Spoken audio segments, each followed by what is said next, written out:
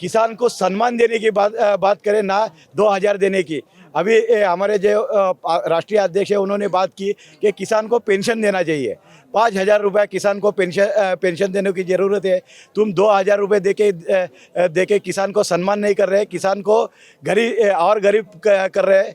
यहाँ से पैसा उनके पास निकाल रहे हैं और वहाँ 2000 रुपये की भीख किसान को दे रहे हैं। हमको भीख नहीं चाहिए, हमको सम्मान चाहिए। कह रहे सम्मान नहीं और भीख दी जा रही है किसानों को।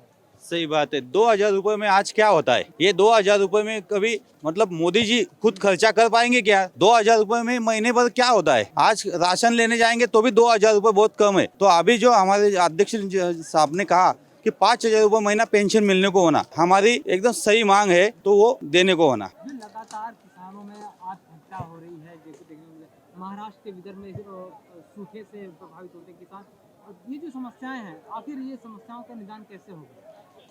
जो अभी हमारे इधर जो किसान है उनको हमी भाव मिलना चाहिए। जब तक ये हमी भाव नहीं मिलता तब तक ऐसे ही होता रहेगा। अभी हमारे इधर कपास वगैरह जो रहता शुरू में 10,000 8,000 तक चालू है, लेकिन गवर्नमेंट 4,000 5,000 से भी भाव नहीं दिला था। महाराष्ट्र के किसानों की खास तौर से समस्या आखिर क्या क्या है? सबसे पहले स्वामीनाथन आयोग लागू होने को ना, जो बाकी अभी हमारे इधर हमी भाव सबसे महत्वपूर्ण है। जब तक हमी भाव नहीं मिलता तब तक ये ऐसा ही चालू रहेगा। डबल इंजन की सरकार है महाराष्ट्र में, तो केंद्र में भी बीजेपी वहाँ पे वो हमारे जिला अध्यक्ष है वो जी, क्या कहना चाहिए? अभी जो सरकार है वो डबल इंजन इनकी सरकार नहीं है, ये बीजेपी की चलाई गई हुई सरकार है।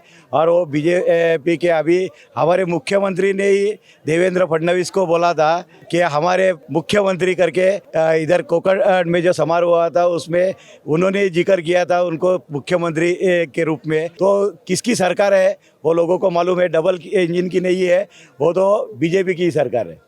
राजस्थान से है, कांग्रेस ने किसानों के लिए क्या किया राजस्थान? वहाँ पर किसानों का बिल भी वो जो उनके कर्जे थे वो भी माफ़ किए गए, उनको नई नई सुविधाएं दी गई है, ऋण भी दिया गया है किसानों को, यूनियन में सबके अंदर उनको हिमायत दी गई है। जो राजस्थान के अंदर राहुल गांधी ने फैसला किया था किसानों को कर्ज माफ़ी का, उसको भी पूरा किया गया है। जो हमारी राज्य के अंदर छत्तीसगढ़ के अंदर भी कांग्रेस की सरकार है, वहाँ भी भूपेंद्र बघेल ने इस वाली काम को लागू किया गया है।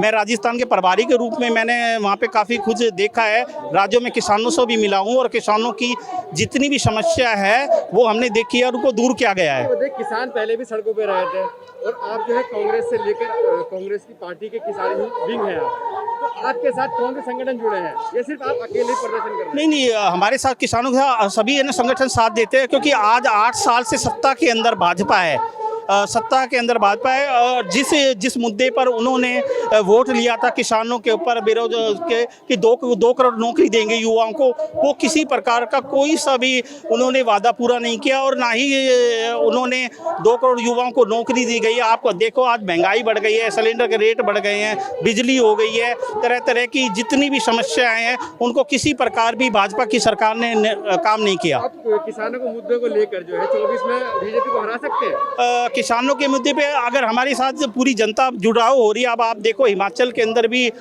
भाजपा ने के मोदी भी गए थे, वहाँ पे काफ़ी रैलियाँ कर, तो भाजपा को वहाँ भी नकार दिया गया है। अब आपने देखा ना कि अब धीरे धीरे गुजरात के अंदर आपको पता है कि भाजपा की वहाँ पहले से ही सत्तासीन थी और वहाँ पर भाजपा के जो मशीनरी आपको पता है उसका ऑफिसर है काफ़ी समय से वहाँ पे थे, तो इस वजह से वहाँ पर कहीं ना कहीं कमी रह गई, पर उसको आगे करके संघर्ष को हमारा जारी रहेगा और कांग्रेस की वहाँ पे फिर दोबारा से सरकार करने की हम वहाँ पे प्रयास करेंगे। भाजपा तो हिमाचल प्रदेश में, हाँ नहीं, भाजपा हिमाचल में थी, वहाँ पर हमारी अब कांग्रेस की सरकार आई है। आपने ऐसा क्या नया किया? वहाँ पे तो रिवाज बदला, एक बार कांग्रेस एक बार बीजेपी, अगली बार बीजेपी। नहीं, ऐसी बात है, जनता ने अगर भाजपा काम करती तो उसको दोबारा सत्ता में लाती।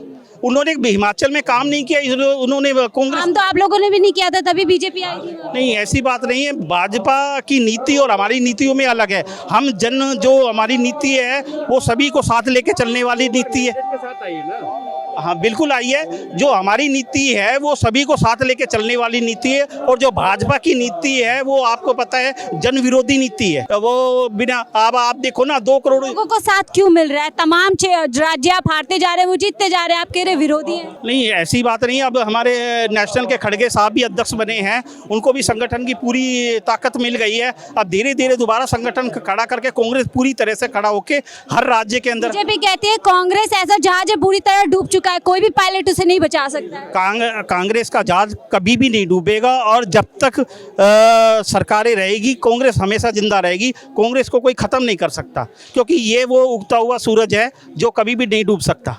जिंदा रहने से बात थोड़ी चलेगी, राज्य जितने पड़ेंगे, सरकार बनानी पड़ेगी, विपक्ष में रहना पड़ेगा, पक्ष में रहना पड़ेगा। जिंदा ही रहना नहीं, जिंदा नहीं रहना। कांग्रेस सभी को साथ लेके चलती है, जनमुद्दों को साथ लेके चलती है, लोगों के बीच में जाती है।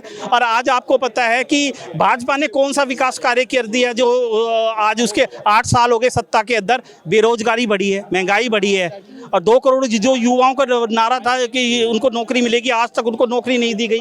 लेकिन वो तो अपनी उपलब्धियां गिनवाते हैं कि 370 हटा दी है, 3 तलाक लिया है, स्वच्छ भारत बना दिया है, उन्होंने शौचालय बनवा दिए हैं। ये तो हिंदुत्व के कुछ मुद्दे ऐसे होते हैं जो ये शुरू से ही इसको गेम प्लान करती है, पर कहीं ना कहीं जो विकास का मुद्दा होता है वो वाला निश्चित रूप से होता है। आज लोगों को विकास चाहिए, रोजगार चाहिए,